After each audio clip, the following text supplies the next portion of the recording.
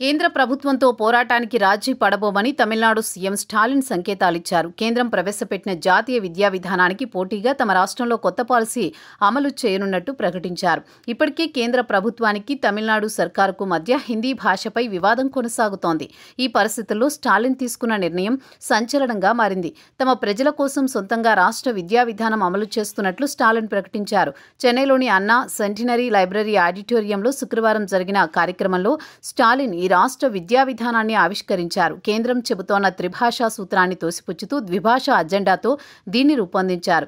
ఈ ముసాయిదా పాలసీని రూపొందించేందుకు 2022లో రిటైర్డ్ జడ్జి జస్టిస్ మురుగేషన్ ఆధ్వర్యంలోని 14 మంది సభ్యుల కమిటీని నియమించారు.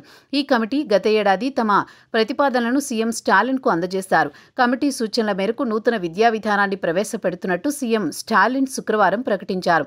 మాతృభాషతో పాటు ఆంగ్లం, కృత్రిమ మేధ, సైన్స్ రంగాలకు అధిక ప్రాధాన్యమిచ్చేలా ఈ స్టేట్ ఎడ్యుకేషన్ పాలసీని రూపొందించారు. అంతేకాదు నీట్ లాంటి ప్రవేశ పరీక్షలను తమిళనాడు ప్రభుత్వం తీవ్రంగా వ్యతిరేకిస్తోన్న విషయం తెలిసిందే.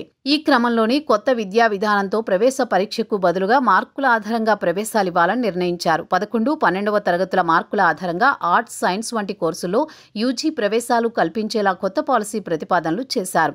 త్రిభాషా సూత్రాన్ని తప్పనిసరిగా చేసే జాతీయ విద్యా విధానం అమలు విషయంలో కొంతకాలంగా కేంద్రం, తమిళనాడు మధ్య వివాదం కొనసాగుతోంది. హిందీ భాషను తమపై బలవంతంగా రుద్దాలని కేంద్రం ప్రయత్నిస్తోందని స్టాలిన్ సర్కార్ ఆరోపిస్తోంది. జాతీయ విద్యా విధానాన్ని అమలు చేయడం లేదన్న కారణంతో సమగ్ర శిక్ష పథకం కింద రాష్ట్రానికి అందాల్సిన 2152 కోట్ల నిధులను కేంద్రం మంజూరు చేయడం లేదని ఆరోపణ చేసింది.